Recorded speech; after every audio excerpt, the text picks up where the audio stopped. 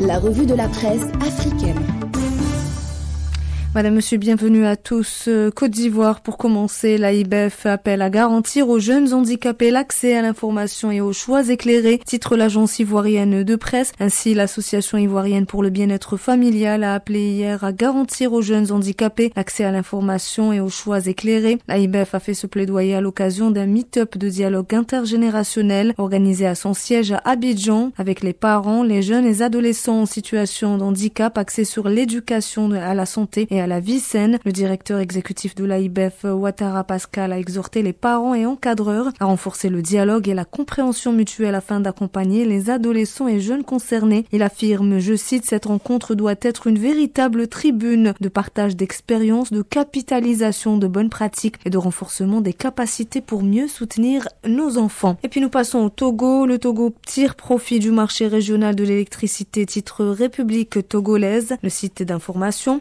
26 ans après la mise en place du système d'échange d'énergie électrique ouest-africain, également connu sous son appellation West African Power Pool, le Togo dresse un bilan satisfaisant de sa participation. Créé à Lomé en 1999 lors du 22e sommet de la conférence des chefs d'État de la CEDEAO, l'initiative vise à mieux coordonner la production et le transport de l'électricité entre pays membres afin d'assurer une meilleure fiabilité de l'approvisionnement. Le WAP, dont le siège se trouve à Cotonou au Bénin, regroupe les sociétés nationales d'électricité de 14 pays de la communauté, dont donc la compagnie énergie électrique du Togo. Ces structures travaillent à l'interconnexion des réseaux et à la mise en place d'un marché régional de l'électricité plus efficace et résilient, toujours selon République togolaise. Et pour finir, culture, Wokitna fête ses 10 ans, titre le site Tchadinfo. Lors d'une conférence de presse organisée hier, la célébration des 10 ans d'existence de la compagnie de danse Wokitna a été annoncée pour le 29 novembre prochain à N'Djamena. Cette année, Wokitna célèbre 10 années de créativité, 10 années d'innovation, 10 années au service de la promotion et de la valorisation de la culture tchadienne, malgré les défis, loue le